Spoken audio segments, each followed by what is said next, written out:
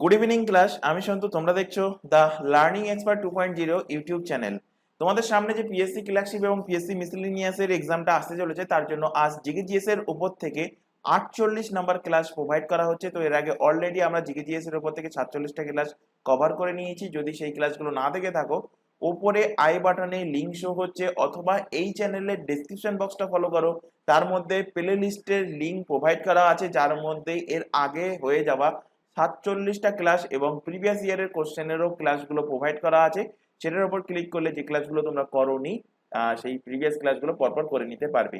তো শুরু করছি আজকে 48 নাম্বার ক্লাস। আজকের ক্লাসের শুরুতে প্রত্যেক দিনের মতো আবারও বলছি, প্রথম থেকে শেষ পর্যন্ত ক্লাস দেখবে এবং এর পাশাপাশি প্রথম দিকে যে ক্লাসগুলো হয়ে গেছে, যারা রেগুলার বেসিসে ক্লাসগুলো দেখো, সেগুলো কিন্তু নির্দিষ্ট দিন অন্তর রিভিশন করবে, তাহলেই এক্সামের জন্য তোমরা বেনিফিট পাবে।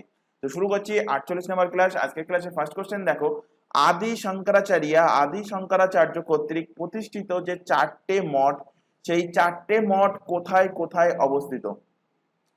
তো এভাবে কোশ্চেন দিতে পারে যে আদি শঙ্করাচার্যের দ্বারা প্রতিষ্ঠিত মঠের সংখ্যা কটা ভারতে?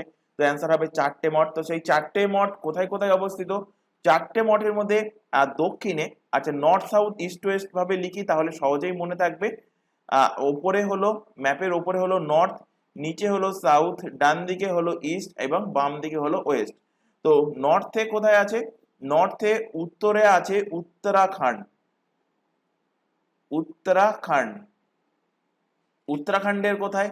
উত্তরাখণ্ডের জ্যোতির্মঠ বা যোশীমঠ। উত্তরাখণ্ডের জ্যোতির্মঠ বলা হয়, বা একেই কিন্তু বলা হয় যোশীমঠ। তো উত্তরাখণ্ডের যোশীমঠ বা জ্যোতির্মঠ। দক্ষিণে চলে আসো সাউথে। সাউথে কোথায় আছে? সাউথে আছে কর্ণাটকে। কর্ণাটক। কর্ণাটকের কোথায় অবস্থিত? কর্ণাটকের শৃঙ্গেরি। কর্ণাটকের শৃঙ্গেরিতে অবস্থিত। পূর্ব সাইডে, ইস্ট সাইডে চলে আসো। ইস্ট সাইডে কোথায় আছে? ইস্ট সাইডে অবস্থিত ওড়িশা রাজ্যে। ওড়িশার কোথায়? ওড়িশার পুরীর গোবর্ধন মঠ। ওড়িশার পুরীর গোবর্ধন মঠ। গোবর্ধন গোবর্ধন মঠ। আর চলে আসো এবার দক্ষিণ সাইডে, চলে আসো এবার পশ্চিম সাইডে। পশ্চিমে আছে কি? গুজরাট। গুজরাটের কোথায়? গুজরাটের দ্বারকা, বা বাংলাতে বলা হয় দ্বারকা। তো গুজরাটের দ্বারকা বা দ্বারকাতে অবস্থিত যোশীমঠ। তো শঙ্করাচার্যের 4টে মঠ কোথায় কোথায়? যোশীমঠ, শৃঙ্গেরি, গোবর্ধন মঠ আর দ্বারকা। দেখো কোন অপশনে আছে? আছে দেখো অপশন নাম্বার সি তে এখানে দেওয়া আছে যে যোশীমঠ আছে, দ্বারকা আছে, পুরী আছে আর শৃঙ্গেরি আছে। তো অপশন নাম্বার সি এর কিন্তু সঠিক অ্যান্সার হবে। এখান থেকে আরেকটা কোশ্চেন তোমাদের দেয় মেলা রিলেটেড। তোমরা প্রিভিয়াস ইয়ারের কোশ্চেন যদি ঘেটে দেখো, দেখবে কুম্ভ মেলা, ভারতে কুম্ভ মেলা কত বছর অন্তর হয়? তো কুম্ভ মেলা প্রতি 4 বছর অন্তর, প্রতি 4 বছর অন্তর কুম্ভ মেলা বসে। এবং এই কুম্ভ মেলা ভারতের 4টে জায়গায় হয়। 4টে জায়গায় কোথায় কোথায় হয় এটাও কিন্তু এক্সামে দিয়েছে, মাথায় রাখবে। এলাহাবাদ, এলাহাবাদ, হরিদ্বার, এলাহাবাদ, হরিদ্বার, উজ্জয়ন, উজ্জয়ন অ্যান্ড নাসিক। এই 4টে জায়গায় প্রতি 4 বছর অন্তর কিন্তু কুম্ভ মেলা হয়। অর্থাৎ এলাহাবাদে, সাপোজ ধরো এই বছর এলাহাবাদে হলো, তো এখান থেকে 4 বছর পরে হরিদ্বারে হবে, তার 4 বছর পরে উজ্জয়িনী হবে, তার 4 বছর পরে নাসিক হবে। এইভাবে 4 বছরের রিপিটেশনে কিন্তু কুম্ভ মেলা বসে। চলে আসো পরের কোশ্চেন। হান্টার কমিশন রিপোর্ট কিসের উন্নয়নের ওপর বিশেষ জোর দেওয়া হয়েছিল? তো হান্টার কমিশনে প্রাথমিক শিক্ষার উপরে কিন্তু সব থেকে বেশি জোর দেওয়া হয়েছিল। অপশন সি এর কিন্তু সঠিক অ্যান্সার হবে। তো 1882 সালে ডাব্লিউ হান্টার এর অধীনে হান্টার কমিশন প্রাথমিক শিক্ষার মাধ্যমে মাতৃভাষার হওয়াতে, মানে প্রাথমিক শিক্ষাটা যাতে মাতৃভাষায় হয় সেটার ওপরে কিন্তু সুপারিশ করেছিল। এবং হান্টার এডুকেশন কমিশন সুপারিশ, যে হান্টার এডুকেশন কমিশনে যে সুপারিশটা করা হয়েছিল যে স্কুলের পাঠ্যক্রমের ব্যবহারিক দিক এবং স্থানীয় চাহিদার উপরে জোর দেওয়া উচিত এবং তার পাশাপাশি মাতৃভাষায় সেই শিক্ষাটা প্রোভাইড করা উচিত। এবং এটা গঠন করেছিল এই যে হান্টার কমিশন। কোশ্চেন দেয় যে হান্টার কমিশন যখন গঠন হয়েছিল তখন ভারতের ভাইস রয় কে ছিল বা কে গঠন করেছিল? তো তখন ভারতের ভাইস রয় ছিলেন কে? ভাইস রয় ছিলেন লর্ড রিপন। তখন ভাইস রয় ছিলেন যখন হান্টার কমিশন গঠন করা হয়েছিল। তাহলে হান্টার কমিশনের মূল উদ্দেশ্য কি ছিল? ছিল প্রাথমিক শিক্ষা প্রোভাইড করতে হবে কোন ল্যাঙ্গুয়েজে? মাতৃভাষাতে প্রাথমিক শিক্ষা প্রোভাইড করতে হবে। চলে আসো পরের কোশ্চেন। অমৃত বাজার পত্রিকা কে প্রতিষ্ঠা করেন? তো অমৃত বাজার পত্রিকা দুজন মিলে প্রতিষ্ঠা করেন, যার মধ্যে একজনের নাম এখানে প্রোভাইড করা আছে। তো অ্যান্সার হবে শিশির কুমার ঘোষ। তো দুজন কে কে অমৃত বাজার পত্রিকার প্রতিষ্ঠাতা? একজন হলেন শিশির কুমার ঘোষ, আরেকজন হলেন মতিলাল ঘোষ। আরেকজন হলেন মতিলাল ঘোষ। তো এখানে এক্সামিনার যেটা কোশ্চেনটা দেয় ভুল করার জন্য, ফার্স্ট অপশনে দেবে শিশির কুমার ঘোষ ও মতিলাল নেহেরু দেবে। ম্যাক্সিমাম ক্যান্ডিডেট কিন্তু মতিলাল নেহেরু মেনে চলে আসবে, অ্যান্সার হয়ে যাবে ভুল। তো মাথায় রাখবে শিশির কুমার ঘোষ এন্ড মতিলাল ঘোষ অমৃত বাজার পত্রিকা প্রতিষ্ঠা করেন। কত সালে এই অমৃত বাজার পত্রিকা প্রতিষ্ঠিত হয়? 1868 সালে অমৃত বাজার পত্রিকা প্রতিষ্ঠা হয়। কোথায় এটা প্রতিষ্ঠা করা হয়েছিল? কলকাতাতেই কিন্তু এই অমৃত বাজার এই পত্রিকাটাকে প্রতিষ্ঠা করা হয়েছিল। এটা প্রাথমিকভাবে বাংলায় প্রকাশিত হয়েছিল, কিন্তু 1878 সালে যে নেটিভ ল্যাঙ্গুয়েজ প্রেস অ্যাক্ট ছিল সেটাকে এড়ানোর জন্য এটাকে ইংরেজিতে রূপান্তরিত করা হয়। তো নিউজ পেপারের প্রসঙ্গ যেহেতু এসছে, নিউজ পেপার থেকে 3টে কোশ্চেন বহুবার এক্সামে দিয়েছে। কোশ্চেন দেবে first news paper of India, ভারতের প্রথম নিউজ পেপার কোনটা? তো ভারতের প্রথম নিউজ পেপার হলো হিক্সের প্রতিষ্ঠিত, হিক্স বা হিকি বলা হয়, হিকিজের প্রতিষ্ঠিত বেঙ্গল গেজেট। পত্রিকার নাম কি? বেঙ্গল গেজেট। তো যেহেতু ভারতের প্রথম এটা প্রতিষ্ঠিত হয় এই বেঙ্গল গেজেট পত্রিকাটা, তো এটা কত সালে প্রতিষ্ঠিত হয়েছিল? এটা প্রতিষ্ঠিত হয়েছিল 1780 খ্রিস্টাব্দে এটা প্রতিষ্ঠিত হয়। সেকেন্ড কোশ্চেন নিউজ পেপার থেকে যেটা বহুবার দিয়েছে, দেবে first Bengali news paper of India. তার নাম কি? তার নাম হলো সমাচার দর্পণ। সমাচার দর্পণ হলো প্রথম বাংলা নিউজ পেপার, ভারতের প্রথম বাংলা নিউজ পেপার। যেহেতু ভারতের প্রথম বাংলা নিউজ পেপার, তো এটা কত সালে প্রতিষ্ঠিত হয়? এটাও মাথায় রাখতে হবে, 1818 সালে এটা প্রতিষ্ঠিত হয়। এবার এই বেঙ্গল গেজেট এই পত্রিকাটা আর এই সমাচার দর্পণ এই পত্রিকা, দুটো পত্রিকাই কিন্তু উইকলি পত্রিকা, অর্থাৎ সাপ্তাহিক পত্রিকা। তাই এখান থেকে 3 নম্বর কোশ্চেন যেটা দেবে সেটা হলো first daily Bengali news paper in India. প্রথম ডেইলি বাংলা নিউজ পেপার কোনটা ভারতে? তো তার নাম হলো সংবাদ প্রভাকর। এই সংবাদ প্রভাকরের প্রতিষ্ঠাতা কে ছিলেন? প্রতিষ্ঠাতা ছিলেন ঈশ্বরচন্দ্র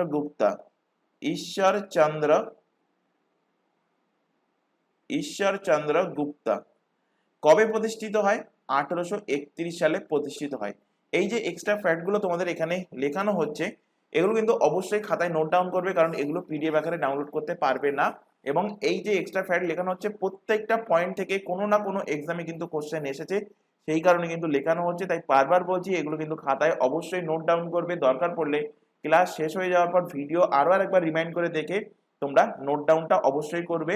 আর পিডিএফ আকারে তোমরা ডাউনলোড করতে পারবে, সেটা হলো যেগুলো প্রিন্টেড কোশ্চেন অ্যান্সার আছে সেইগুলোই তোমরা পিডিএফ আকারে ডাউনলোড করতে পারবে। কিভাবে ডাউনলোড করবে? নিচে যে টেলিগ্রাম লিঙ্কটা অন স্ক্রিনে দেখতে পাচ্ছ, @TheLearningExpertSD, এটা লিখে তোমরা সার্চ করতে পারো টেলিগ্রাম গ্রুপে, অথবা আমাদের ডেসক্রিপশন বক্সটা ফলো করো, তার মধ্যে টেলিগ্রাম গ্রুপের লিঙ্ক প্রোভাইড করাই আছে। সেটার উপরে ক্লিক করলে তোমরা টেলিগ্রাম গ্রুপে জয়েন হতে পারবে এবং সেখান থেকে প্রতিটা ক্লাসের পিডিএফ তোমরা আজকে যে ক্লাস দেখছো বা এর আগে যে ক্লাস হয়ে গেছে বা ভবিষ্যতে যে ক্লাস হবে, প্রতিটা ক্লাসের পিডিএফ তোমরা সেখান থেকে ডাউনলোড করে নিতে পারবে। পরবর্তী কোশ্চেন দেখো, টোলকাপিয়াম কিসের সঙ্গে সম্পর্কিত? তো টোলকাপিয়াম হলো একটা ব্যাকরণ বই। তো ব্যাকরণ এবং কবিতার সঙ্গে সম্পর্কিত হবে। অপশন নাম্বার সি এর কিন্তু সঠিক অ্যান্সার হবে। টোলকাপিয়াম একজনের নাম ছিল। তো ইনি ছিলেন সাধক আগস্ত মুনির। ইনি 12 জন যে শিষ্য ছিল তার মধ্যে একজন ছিল এই টোলকাপিয়াম। তো এনার নাম অনুসারেই টোলকাপিয়াম নামক একটা ব্যাকরণ এবং কবিতার তিনি গ্রন্থ লেখেন। তো তোলকাপিয়াম কি? তোলকাপিয়াম হলো ব্যাকরণ এবং কবিতার উপরে লেখা তোলকাপিয়ামেরই লেখা একটা গ্রন্থ, এবং এই গ্রন্থটা ফর্মুলা স্টাইলে কিন্তু লেখা হয়েছে। চলে আসো পরবর্তী কোশ্চেন, প্রথম কোন গুপ্ত শাসক রৌপ্য মুদ্রা জারি করেন? প্রথম কোন গুপ্ত শাসক রূপার মুদ্রা, সিলভারের মুদ্রা জারি করেছিলেন? তো সিলভারের কয়েন ফার্স্ট জারি করে কে? জারি করে দ্বিতীয় চন্দ্রগুপ্ত। অপশন নাম্বার সি এর কিন্তু সঠিক অ্যান্সার হবে। এবার এখানে বাকি যে অপশনগুলো আছে সেগুলো যদি আমরা কিছু না কিছু ফ্যাক্টের সাথে রিলেট করি যেগুলো এক্সামে দিয়েছে, তো এখান থেকে দ্বিতীয় চন্দ্রগুপ্ত থেকে দেখো কোশ্চেন দেয় যে এই রূপার মুদ্রা তিনি কাদের পরাজয় করে দ্বিতীয় চন্দ্রগুপ্ত এই রৌপ্য মুদ্রা জারি করেছিলেন? তো মাথায় রাখবে, শকদের দমন করে, শকদের শকদের দমন করে, শকদের হারিয়ে তিনি এই রৌপ্য মুদ্রা জারি করেছিলেন। এই দ্বিতীয় চন্দ্রগুপ্তের আমলেও কিন্তু নবরত্ন ছিল, এবং দ্বিতীয় চন্দ্রগুপ্ত থেকে যেটা বহুবার কোশ্চেন দিয়েছে, এনার আমলে একজন চীনা পরিব্রাজক ভারতে আসেন, তার নাম কি?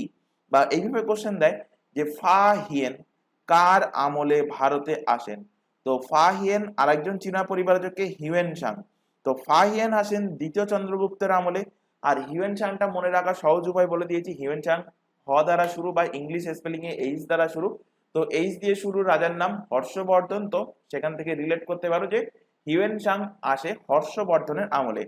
তো ফাহিয়েন থেকে দেখো, ফাহিয়েন থেকে আরেকটা কোশ্চেন দেয় যে ফাহিয়েনের লেখা বইয়ের নাম কি?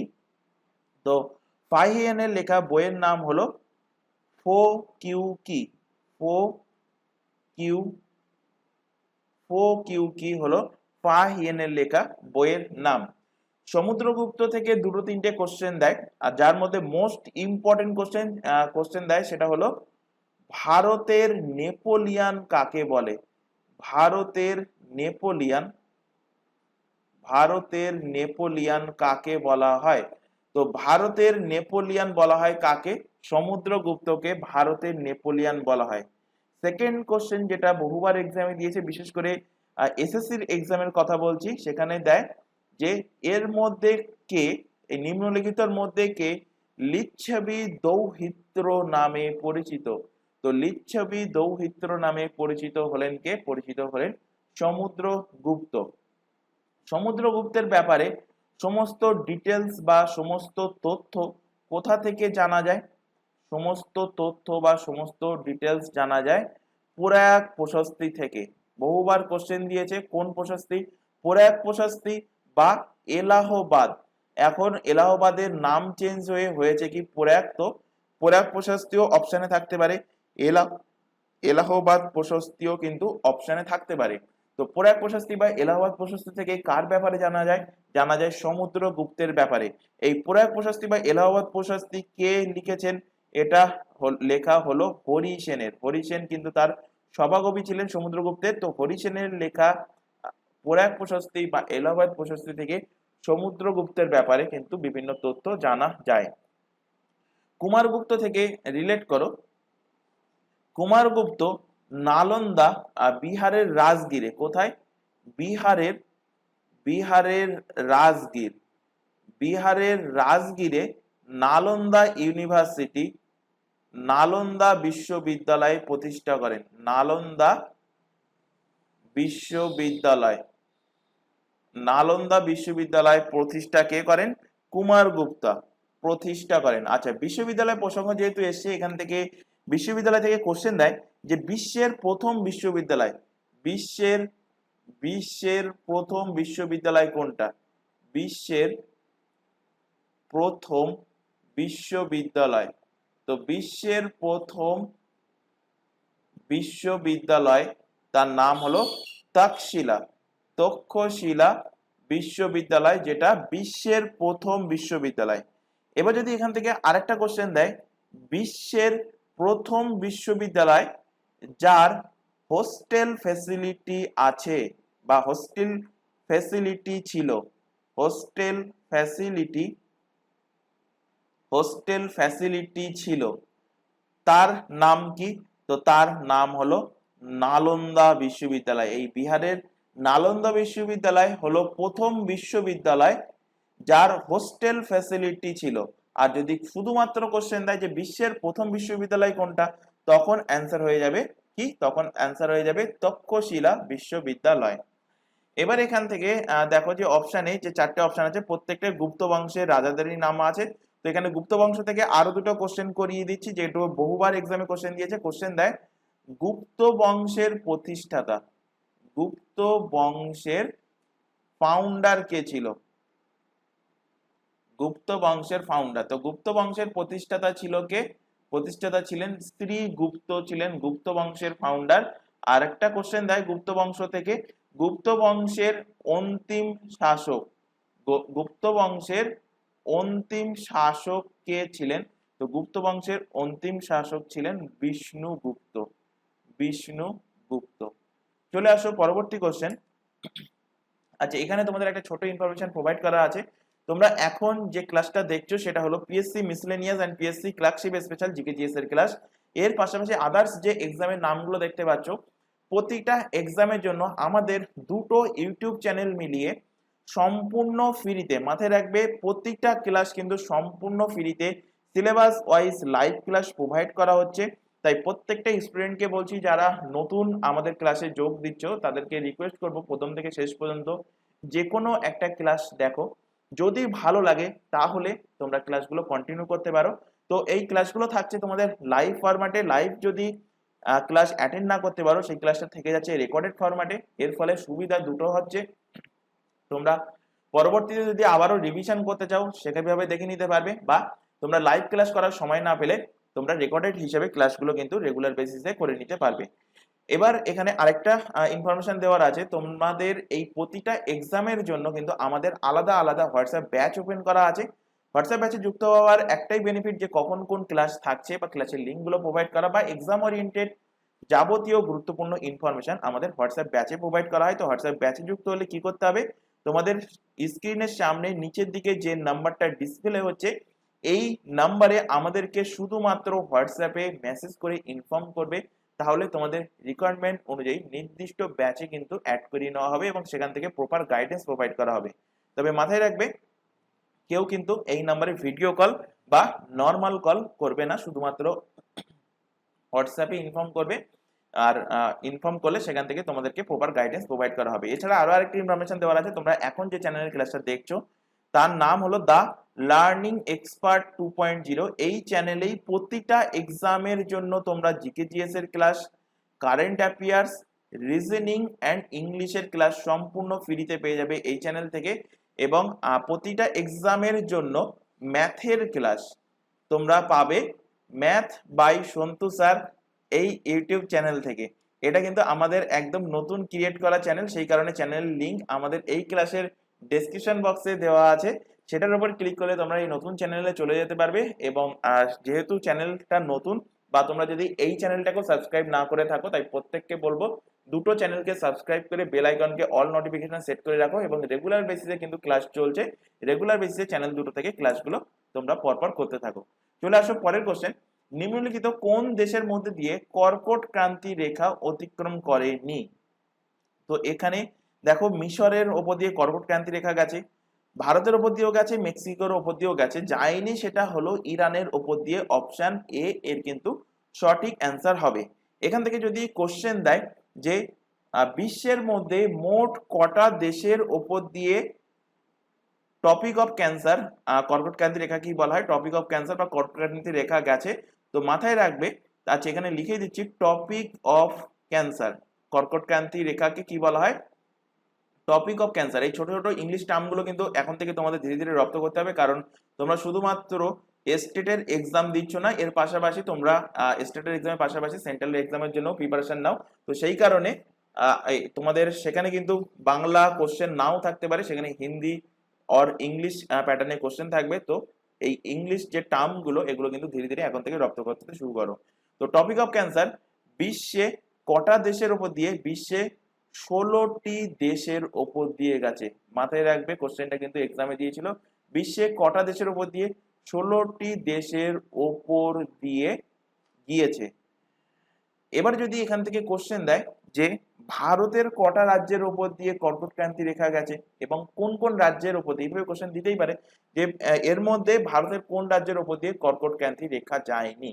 তো এর জন্য আমি আজকের এই সেটের সাথে একটা ম্যাপ ইনক্লুড করেছি। ম্যাপ দেখালে সহজেই মুখস্থ হয়ে যাবে। কিভাবে মুখস্থ হবে? তোমরা এতদিন হয়তো বইতে যখন পড়েছো তোমরা মুখস্থ করার চেষ্টা করেছো, কিন্তু জিনিসটা মুখস্থ হয় না। এবার ভালোভাবে দেখে নাও। তোমাদের একটা জিনিস রিকমেন্ড করবো, যখনই হাতে ফাঁকা টাইম থাকবে তোমরা কিন্তু বাড়িতে হয় ভারতের ম্যাপ হোক, পশ্চিমবঙ্গের ম্যাপ হোক বা বিশ্বের ম্যাপ হোক, এগুলো দেখার চেষ্টা করবে। এর ফলে একটা আইডিয়া চলে আসবে যে ভারতের ম্যাপ যদি দেখো যে কোন জেলা কোথায়, কোন রাজ্য কোথায়, বা পশ্চিমবঙ্গের ম্যাপ দেখলে কোন জেলা কোথায়, এগুলো কিন্তু যখন পড়াবো তখন কিন্তু তোমাদের সেই জিনিসটা রিলেট করতে সব থেকে সুবিধা হবে। এখান থেকে দেখো কর্কট ক্রান্তি রেখা কোথা দিয়ে ঢুকেছে। আমি পশ্চিম থেকে, আশা করি প্রত্যেকে জানো, ম্যাপের ওপর দিক নর্থ, নিচে সাউথ, ডান দিকে ইস্ট এবং বাম দিকে হলো ওয়েস্ট। এটা আশা করি প্রত্যেকের কাছ থেকে আশা করবো এই বেসিক কনসেপ্ট সবার কাছে আছে। তো এবার দেখো আমি পশ্চিম সাইড থেকে যাচ্ছি, পশ্চিম সাইডে গুজরাট থেকে প্রবেশ করছি। গুজরাট থেকে কর্কট ক্রান্তি রেখা প্রবেশ করলো। তারপরে দেখো রাজস্থানের এইটুকু পার্টের ওপর দিয়ে কর্কট ক্রান্তি রেখা গেছে। কর্কট ক্রান্তি রেখা তারপরে প্রবেশ করেছে মধ্যপ্রদেশে। মধ্যপ্রদেশ থেকে ভাগ হয়ে গিয়েছিল ছত্তিশগড়, ছত্তিশগড়ে প্রবেশ করেছে। ছত্তিশগড় থেকে প্রবেশ করলো ঝাড়খণ্ড, যেটা বিহার থেকে ভাগ হয়েছিল ঝাড়খণ্ড। এবার ঝাড়খণ্ড থেকে প্রবেশ করলো পশ্চিমবঙ্গ। তারপরে চলে আসছে বাংলাদেশ। বাংলাদেশ ছেড়ে দাও, বাংলাদেশ ইন্ডিয়ার কোনো অংশ নয়। এবার চলে আসো ত্রিপুরা। ত্রিপুরার ওপর দিয়ে গিয়ে এদিকে লাস্টে ভারতের লাস্ট যে রাজ্যে প্রবেশ করেছে সেটা হলো মিজোরাম। তাহলে ভারতের কটা রাজ্যের ওপর দিয়ে কর্কট ক্রান্তি রেখা গেছে? ভারতের ভারতের কটি রাজ্য? তো ভারতের 8টি স্টেট, 8টি স্টেটের উপর দিয়ে কর্কট ক্রান্তি রেখা গেছে। তো পশ্চিম থেকে যদি বলি, তাহলে পশ্চিম থেকে ফার্স্টে যে স্টেটে প্রবেশ করেছে সেটা কি? সেটা হলো গুজরাট। গুজরাটের পরে প্রবেশ করেছে কোন রাজ্যে? রাজস্থানের একটু অংশ, ম্যাপেই দেখে নাও, রাজস্থানের একটু অংশ। রাজস্থান থেকে প্রবেশ করেছে কর্কট ক্রান্তি রেখা মধ্যপ্রদেশ। মধ্যপ্রদেশ থেকে ছত্তিশগড়, শর্টে লিখলাম সিএইচ। ছত্তিশগড়ের পরে কর্কট ক্রান্তি রেখা প্রবেশ করেছে ঝাড়খণ্ড, শর্টে লিখলাম জেএইচ। তারপর প্রবেশ করেছে ওয়েস্ট বেঙ্গল। তারপরে সেটা প্রবেশ করেছে ত্রিপুরা রাজ্যে। ত্রিপুরার পরে ভারতের লাস্ট স্টেট, সেটা হলো কি, সরি লাস্ট বলতে পশ্চিম থেকে পূর্ব দিকে গেলে লাস্ট যে স্টেটের উপরে কর্কট ক্রান্তি রেখা গেছে সেটা হলো কি মিজোরাম। তো এই 8টা স্টেটের নাম কিন্তু তোমাদের থ্রুলি মুখস্থ রাখতে হবে। এবার এখান থেকে আরেকটা কোশ্চেন দেয়, সেটা হলো যে পশ্চিমবঙ্গের ওপর দিয়ে যে কর্কট ক্রান্তি রেখা গেছে, পশ্চিমবঙ্গের কটা জেলার ওপর দিয়ে কর্কট ক্রান্তি রেখা গেছে? তো ওয়েস্ট বেঙ্গল, ওয়েস্ট বেঙ্গলের কটা জেলার উপর দিয়ে?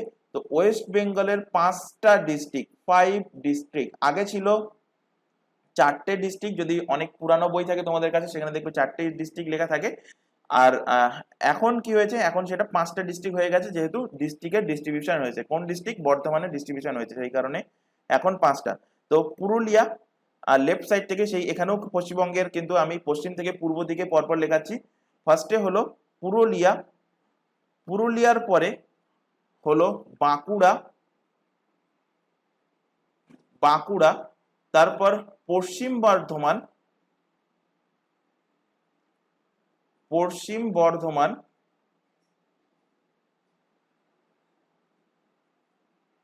পূর্ব বর্ধমান,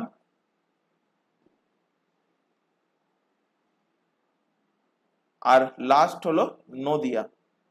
তো তোমাদের বহুবার কোশ্চেন দিয়েছে, একটা এক্সামের নাম আমার খেয়াল আসে না, যে এর মধ্যে পশ্চিমবঙ্গের বা এর মধ্যে কোন রাজ্যের ওপর দিয়ে বা কোন জায়গার ওপর দিয়ে কোশ্চেন দিয়েছিল, এর মধ্যে কোন জায়গার ওপর দিয়ে কর্কট ক্রান্তি রেখা গেছে? তো সেখানে অপশানে ছিল কৃষ্ণনগর। তো নদিয়ার কোথায়?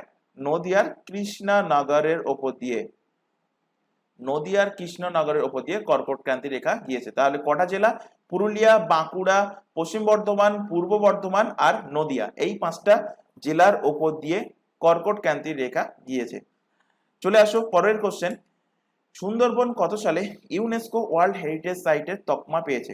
তো সুন্দরবন ইউনেস্কো ওয়ার্ল্ড হেরিটেজ সাইটের তকমা পেয়েছে কবে? 1987 সালে। অপশন নাম্বার বি এর কিন্তু সঠিক অ্যান্সার হবে। তো সুন্দরবন থেকে 3টে কোশ্চেন দেয়। সুন্দরবন 3টে কোশ্চেন কি কি?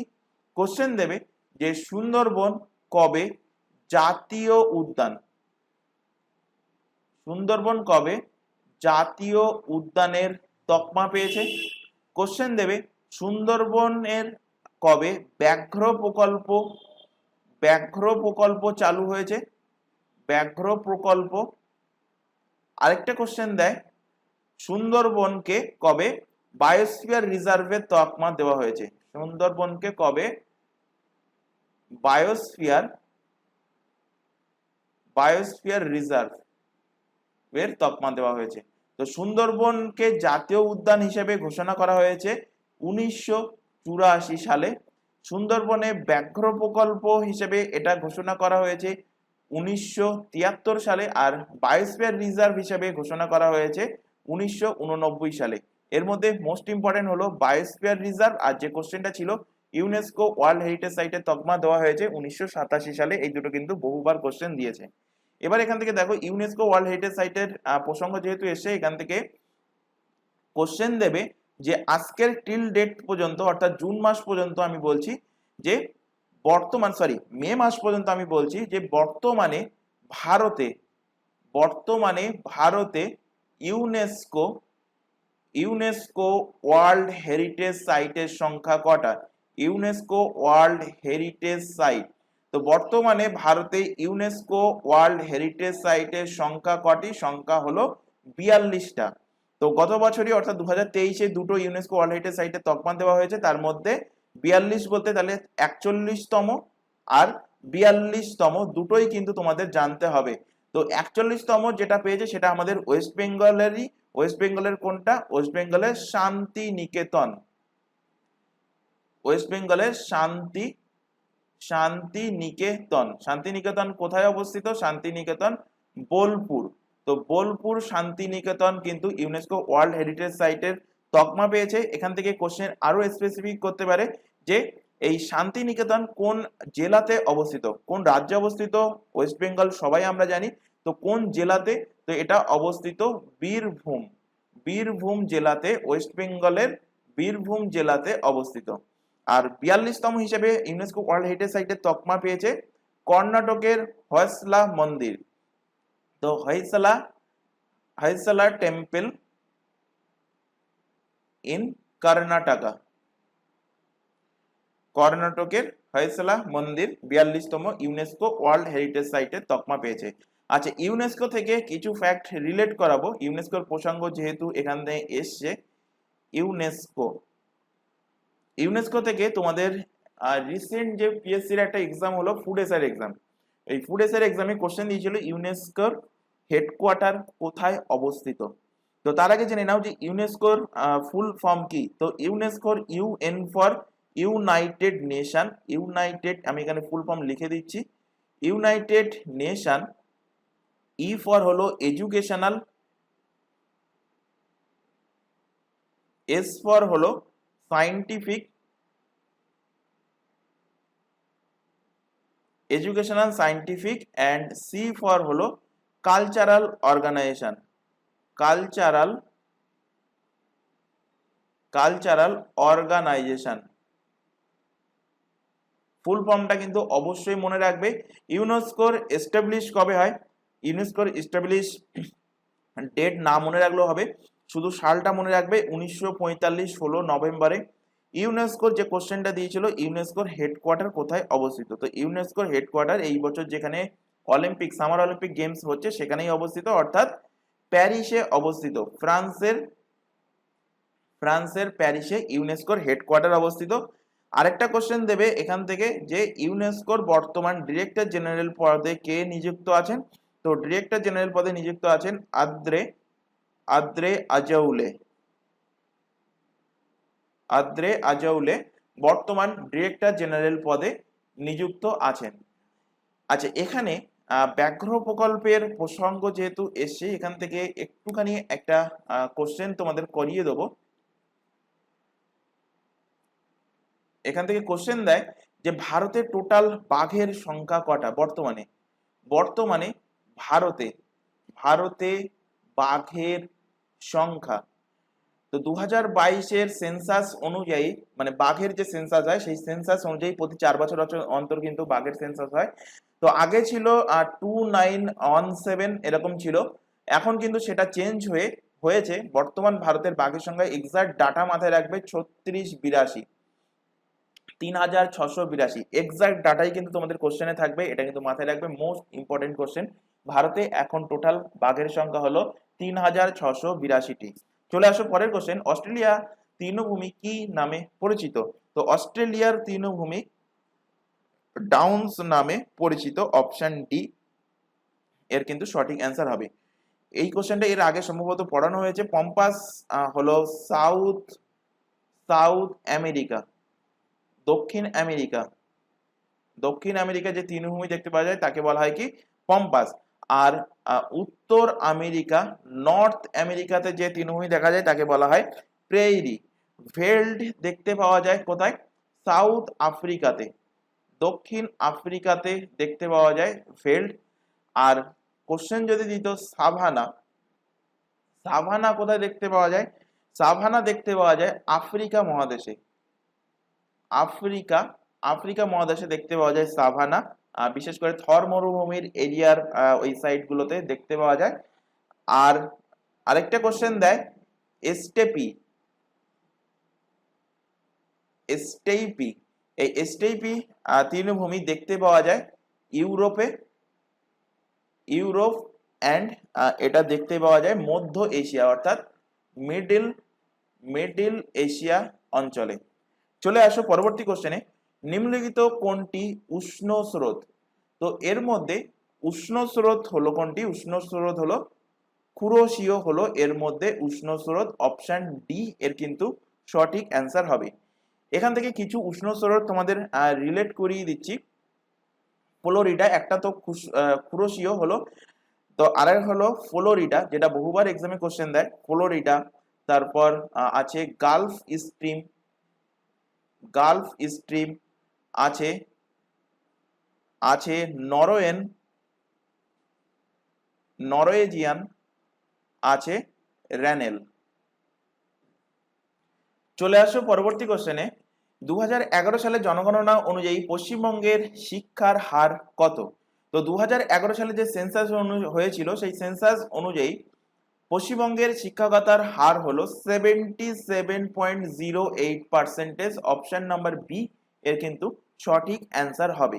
তো এখান থেকে আরেকটা কোশ্চেন তোমাদের মাথায় রাখতে হবে যে এই 2011 জনগণনা অনুযায়ী ভারতের India's literacy rate, India's literacy literacy rate কত? ভারতের শিক্ষকতার হার কত? তো ভারতের শিক্ষকতার হার হলো 74.04%। এবার এখান থেকে দেখো যে পশ্চিমবঙ্গের এই যে বললাম যে টোটাল মানে পুরুষ এবং মহিলা মিলিয়ে অ্যাভারেজ শিক্ষার হার 77.08%। তো এখান থেকে কোশ্চেন দিতেই পারে যে পশ্চিমবঙ্গের ছেলেদের শিক্ষকতার হার কত 2011 সেন্সাস অনুযায়ী, আর পশ্চিমবঙ্গের মেয়েদের অর্থাৎ ফিমেলদের শিক্ষকতার হার কত? তো মেলদের শিক্ষকতার হার কিন্তু অবভিয়াসলি বেশি ছিল, 82.67%, আর মহিলাদের শিক্ষকতার হার হলো 71.16%। এটা না জানলেও হবে, শুধুমাত্র এই দুটো ডেটা মাথায় রাখবে যে 2011 সেন্সাস অনুযায়ী পশ্চিমবঙ্গের শিক্ষার হার 77.08, আর ভারতের টোটাল লিটারেসি রেট হলো কি 74.04%। এখান থেকে আরো দুটো কোশ্চেন তোমাদের মাথায় রাখতে হবে যে 2011 সেন্সাস অনুযায়ী, 2011 সেন্সাস অনুযায়ী হাইয়েস্ট লিটারেসি স্টেট কোনটা? হাইয়েস্ট লিটারেট স্টেট, সবথেকে শিক্ষিত স্টেট কোনটা ছিল? তো সবথেকে শিক্ষিত স্টেট ছিল কেরালা, এবং লোয়েস্ট লিটারেট স্টেট মানে এই তালিকার সব থেকে নিচে কে ছিল? তো 2011 সেন্সাস অনুযায়ী সব থেকে নিচে ছিল বিহার, কিন্তু নতুন জনগণনা হলে, সম্ভবত লোকসভা ভোটের পরে জনগণনা হবে, তো নতুন জনগণনা হলে সেখানে কিন্তু দেখবে বিহার কিন্তু লাস্টে থাকবে না, বিহার কিন্তু আগের থেকে অনেকটাই কিন্তু ডেভেলপ করে নিয়েছে। চলে আসো পরবর্তী কোশ্চেন। মহুয়া, পলাশ, শিমুল প্রভৃতি বৃক্ষগুলো কোন ধরনের বনভূমিতে দেখতে পাওয়া যায়? তো মহুয়া, পলাশ, শিমুল প্রভৃতি যে বৃক্ষগুলো এগুলো ম্যাক্সিমামই দেখতে পাওয়া যায় ক্রান্তীয় শুষ্ক পর্ণমোচী বনভূমিতে। অপশন বি এর কিন্তু সঠিক অ্যান্সার হবে। আচ্ছা, এখানে বাকি যে অপশনগুলো আছে এগুলোর সাথে কিছু এক্সাম্পল রিলেট করিয়ে দেবো, অর্থাৎ ক্রান্তীয় চিরহরিৎ বনভূমির মধ্যে কোন কোন গাছ পড়ে। তো ক্রান্তীয় চিরহরিৎ বনভূমির মধ্যে পড়বে গর্জন, গর্জন পড়বে, মেহগনি যে গাছগুলো, মেহগনি, মেহগনি গাছ পড়বে, বাঁশ গাছ পড়বে, বাঁশ গাছ, তারপর রবার গাছ, রবার গাছ, উড ইত্যাদি হলো ক্রান্তীয় চিরহরিৎ বনভূমির গাছ। আর্দ্র পর্ণমোচী যে গাছগুলো, আর্দ্র পর্ণমোচী, এখানে তোমরা নোট ডাউন করে নাও, আর্দ্র পর্ণমোচী, আর্দ্র পর্ণমোচী, আর্দ্র পর্ণমোচীর মধ্যে যে গাছগুলো পড়বে সেগুলো আমরা প্রত্যেকেই দেখেছি, আম, জাম, তেঁতুল,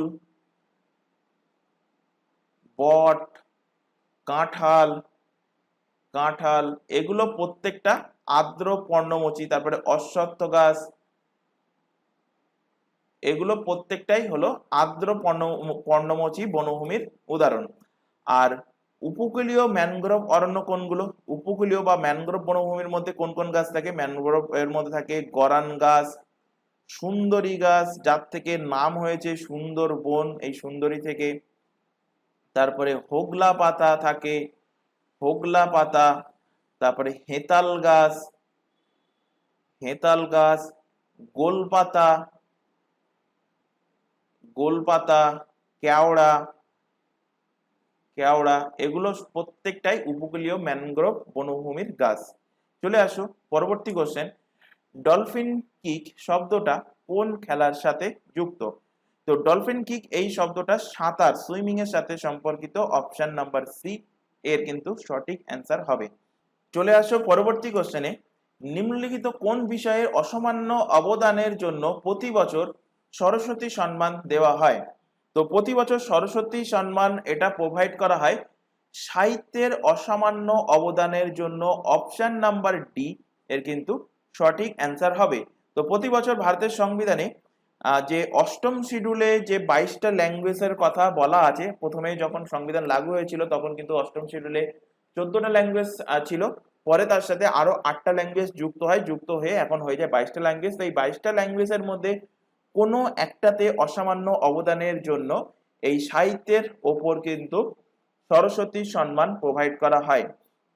এই সরস্বতী সম্মান হলো সাহিত্য জগতের, ভারতের সাহিত্য জগতের, ভারতের সাহিত্য জগতের, সাহিত্য জগতের তৃতীয় সর্বোচ্চ সম্মান, তৃতীয় সর্বোচ্চ, তৃতীয় সর্বোচ্চ সম্মান কি? এই সরস্বতী সম্মান। এই সরস্বতী সম্মান এটা লাগু হয়েছিল কবে? সরস্বতী সম্মান এটা ফার্স্ট ইমপ্লিমেন্ট হয় বা প্রথম দেওয়া হয় কবে? 1991 সালে। তো প্রথম কে পেয়েছিল? ফার্স্ট অ্যাওয়ার্ডি, ফার্স্ট অ্যাওয়ার্ডি কে ছিল? তো প্রথম পেয়েছিল অমিতাভ বচ্চনের বাবা হরিবংশ রায় বচ্চন, হরিবংশ রায় বচ্চন, হরিবংশ রায় বচ্চন। আর লাস্ট অ্যাওয়ার্ডি 2023, 2023-এ লাস্ট কে পেয়েছে? 2023-এ লাস্ট অ্যাওয়ার্ডি পেয়েছে, তার নাম হলো প্রভা বর্মা, প্রভা বর্মা। এদের নাম কিন্তু তোমাদের মনে রাখতে হবে। প্রভা বর্মা কোন ল্যাঙ্গুয়েজের জন্য, কোন ল্যাঙ্গুয়েজে অসামান্য অবদানের জন্য তিনি সাহিত্য জগতে তৃতীয় সর্বোচ্চ সম্মান পেয়েছেন। তিনি মালায়ালাম ল্যাঙ্গুয়েজের ওপরে জন্য মালায়ালাম ল্যাঙ্গুয়েজের ওপরে তিনি কোন বই লিখেছেন, কোন বইয়ের জন্য তিনি এই সম্মানটা পেয়েছেন? তো ইনি যে বইটা লিখেছেন সেটা হলো রৌদ্র সাথিকম।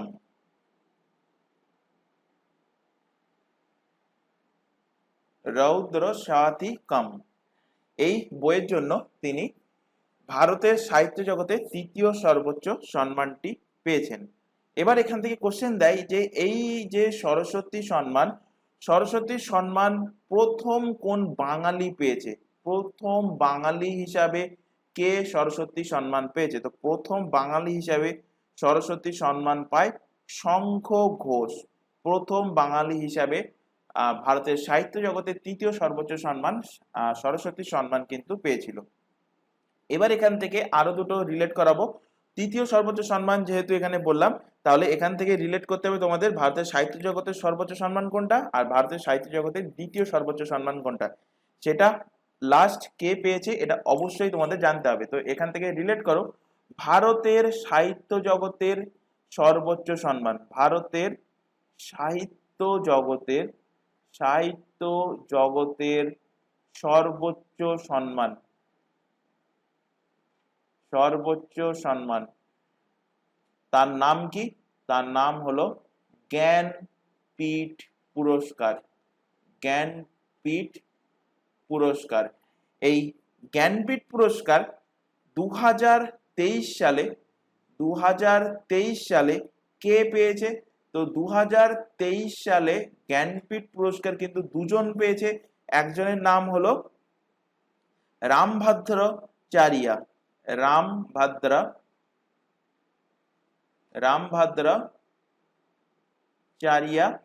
আরেকজন হলেন গুলজার। এবং এটা কততম অ্যাওয়ার্ড ছিল এই 2023-এ? 58তম এই জ্ঞানপীঠ পুরস্কার ছিল। জ্ঞানপীঠ পুরস্কার থেকে আরেকটা কোশ্চেন দেবে যে ফার্স্ট অ্যাওয়ার্ডি কে ছিল? আচ্ছা, প্রথম পুরস্কার কত সালে দেওয়া হয়েছিল? জ্ঞানপীঠ পুরস্কার 1965 সালে দেওয়া হয়েছিল। এবং প্রথম কে পেয়েছিল? প্রথম পেয়েছিল জি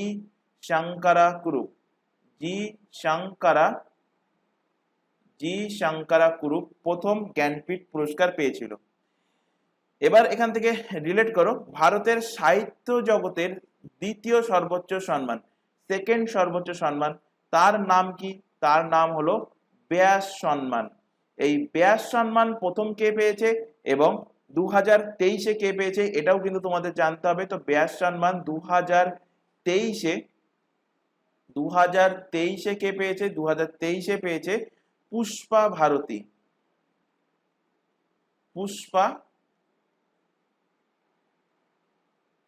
ভারতী কোন বইয়ের জন্য পেয়েছে এটাও কিন্তু তোমাদের জানতে হবে। তো এটা পেয়েছে ইয়াদে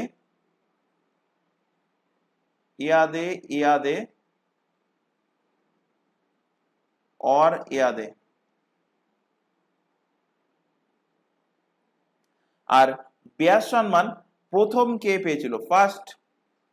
ফার্স্ট অ্যাওয়ার্ডি। এবং ব্যাস সম্মান প্রথম কবে থেকে দেওয়া শুরু হয়েছিল? ব্যাস সম্মান প্রথম দেওয়া শুরু হয় 1991 থেকে। এবং প্রথম পেয়েছিল কে? প্রথম পেয়েছিল রামবিলাস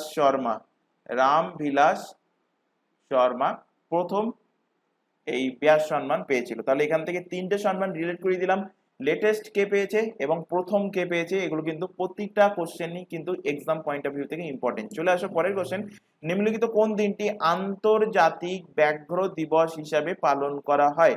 তো আন্তর্জাতিক ব্যাঘ্র দিবস হিসাবে পালন করা হয় 29শে জুলাই। অপশন বি এর সঠিক অ্যান্সার হবে। এবং ভারতের টোটাল বাঘের সংখ্যা এক্ষুনি বলে দিলাম, টোটাল বাঘের সংখ্যা কটা?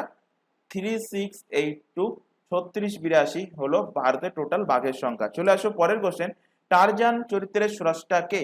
তো টারজান চরিত্রের স্রষ্টা হলেন এডগার রাইস বারোস। অপশন এ এর সঠিক অ্যান্সার হবে। জাস্ট অনলাইনার ফরম্যাটে কোশ্চেনটা মাথায় রাখবে। চলে আসো পরের কোশ্চেন, চাচা চৌধুরী চরিত্রের স্রষ্টা কে? তো এইগুলো কিন্তু তোমাদের পিএসসি, বিশেষ করে পিএসসি মিসলেনিয়াসের ফেভারিট কোশ্চেন, সেই কারণে কিন্তু কোশ্চেনগুলো রাখা হয়েছে। তো চাঁদা চৌধুরী এই যে চরিত্রটা, এর স্রষ্টা হলেন কে? এর স্রষ্টা হলেন প্রাণ কুমার শর্মা। প্রাণ Kumar Sharma, option number D এর কিন্তু সঠিক অ্যান্সার হবে। চলে আসো পরের কোশ্চেনে, চিন মিউজিক কথাটা কোন খেলার সাথে সম্পর্কিত? তো চিন মিউজিক এই কথাটা ক্রিকেট খেলার সাথে সম্পর্কিত, অপশন নাম্বার এ এর কিন্তু সঠিক অ্যান্সার হবে। তো ক্রিকেট খেলার সাথে সম্পর্কিত আরো কিছু যে ল্যাঙ্গুয়েজ গুলো আছে, আরো কিছু কথা যেগুলো আছে সেগুলো এখান থেকে রিলেট করো। ছেলেরা আশা করি প্রত্যেকে জানো যারা ক্রিকেট খেলা দেখো। সিলি পয়েন্ট একটা, তারপর হলো ইনিংস, ইনিংস, তারপর এলবিডব্লিউ লেগ বিফোর উইকেট, তারপর হলো ডিআরএস, এটাও কিন্তু ক্রিকেট খেলার সাথে সম্পর্কিত। হ্যাট্রিক, হ্যাট্রিক এটাও কিন্তু ক্রিকেট খেলার সাথে সম্পর্কিত। তারপরে মেডেন ওভার বলা হয়, তো মেডেন, মেডেন ওভার এটাও কিন্তু ক্রিকেট খেলার সাথে সম্পর্কিত। তারপর বোল্ড, বোল্ড আউট করা, তারপরে ক্যাচ থ্রো করা, তারপর স্টাম্প আউট করা, স্টাম্প আউট, এগুলো প্রত্যেকটাই কিন্তু ক্রিকেট খেলার সাথে সম্পর্কিত। চলে আসো পরবর্তী কোশ্চেন, উইপোর সদর দপ্তর কোথায় অবস্থিত? তো উইপোর ফুল ফর্ম কি? উইপোর ফুল ফর্ম হলো ডব্লিউ ফর হলো world, world intellectual, world intellectual, P for property, world intellectual property organisation. তো ওয়ার্ল্ড ইন্টেলেকচুয়াল প্রপার্টি অর্গানাইজেশন এর সদর দপ্তর কোথায় অবস্থিত? সদর দপ্তর অবস্থিত জেনেভাতে। জেনেভা কোথায়? সুইজারল্যান্ড। তো সুইজারল্যান্ডের জেনেভাতে অবস্থিত এদের সদর দপ্তর। তো অপশন বি এর কিন্তু সঠিক অ্যান্সার হবে। এই ওয়ার্ল্ড ইন্টেলেকচুয়াল প্রপার্টি অর্গানাইজেশন উইপোর এখন বর্তমান যিনি ডিরেক্টর জেনারেল পদে নিযুক্ত আছেন তার নাম কি? তার নাম হলো ডেরেন, তার নাম হলো ড্রেন তাং। চলে আসো পরের কোশ্চেন, দিবারাত্রি কাব্যগ্রন্থটির লেখক কে? তো দিবারাত্রি কাব্যগ্রন্থ এটা হলো মানিক বন্দ্যোপাধ্যায়ের লেখা, অপশন নাম্বার এ এর কিন্তু সঠিক অ্যান্সার হবে। মানিক বন্দ্যোপাধ্যায় থেকে রিলেট করো এনার অন্যান্য বই আর কি কি আছে। একটা হলো চতুষ্কোণ, চতুষ্কোণ, তারপর প্রাগ ঐতিহাসিক,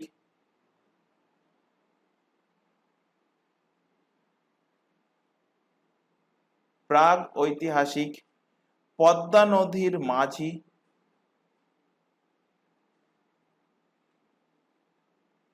পদ্মা নদীর মাঝি, পুতুল নাচের ইতিকথা,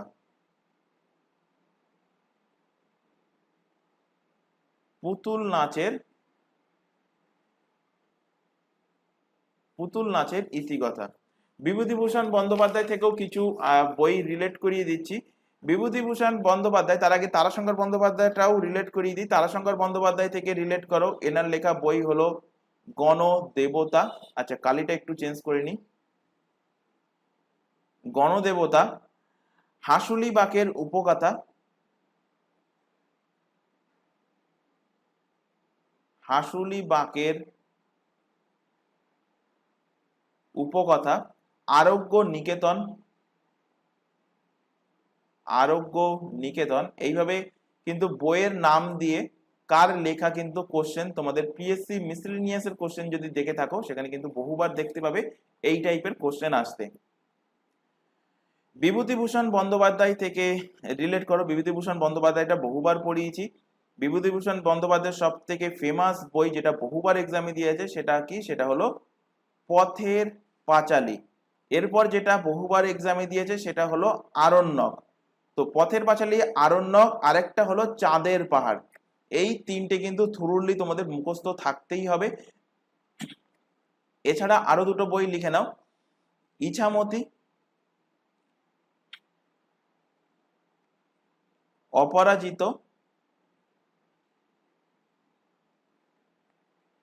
অশনি সংকেত, অশনি সংকেত, এগুলো প্রত্যেকটা বিভূতিভূষণ বন্দ্যোপাধ্যায় লেখা। আর সুনীল গঙ্গোপাধ্যায় থেকে একটা বই রিলেট করো, সেটা হলো কাকা বাবু। চলে আসো পরবর্তী কোশ্চেন। মকর সংক্রান্তি উৎসব গুজরাটে কি নামে পরিচিত? তো মকর সংক্রান্তিতে গুজরাটে যদি দেখে থাকো বা ইউটিউব ভিডিও যদি দেখো, সেখানে দেখবে যে গুজরাটে মকর সংক্রান্তির দিন কিন্তু ঘুড়ি উড়ায়। অর্থাৎ সেখানে যে উৎসবটা পালন করা হয় সেটা হলো কি, সেটা হলো ঘুড়ি উৎসব বা উত্তরায়ণ। অপশন নাম্বার বি এর কিন্তু সঠিক অ্যান্সার হবে। তো আজকের ক্লাসে এই 20টা কোশ্চেন রাখা ছিল। আশা করি প্রতিটা কোশ্চেন তোমাদের ক্লিয়ার হয়েছে। যদি কোথাও কোনো কোশ্চেনে ডাউট থেকে থাকে সেটা অবশ্যই কমেন্ট বক্সে কমেন্ট করে জানাবে, তাহলে তোমাদের সেই ডাউটটা পরবর্তী ক্লাসে হোক বা কোনো ডাউট ক্লাস রেখে হোক, তোমাদের সেই ডাউটগুলো কিন্তু ক্লিয়ার করার চেষ্টা করা হবে। তো আজকের ক্লাস আমরা এখানে শেষ করছি। আশা করি আজকের ক্লাস ভালো লেগেছে। ক্লাস ভালো লাগলে অবশ্যই কিন্তু ক্লাসটাকে লাইক করবে। তোমাদের ম্যাক্সিমামের মধ্যে দেখেছি ক্লাসটা লাইক করো না, তাই প্রত্যেক ক্লাসেই কিন্তু বারবার বলতে হয় ক্লাসটাকে অবশ্যই লাইক করবে যদি ভালো লাগে, আর তোমার বন্ধু বান্ধবের মধ্যে শেয়ার করবে যারা পিএসসি ক্লার্কশিপ, পিএসসি মিসলেনিয়াস বা আদার্স অন্যান্য কম্পিটিটিভ এক্সামের জন্য প্রিপারেশন নিচ্ছে। তো আজকের ক্লাস এই পর্যন্ত। নেক্সট দেখা হবে পরবর্তী ক্লাস নিয়ে। Thank you.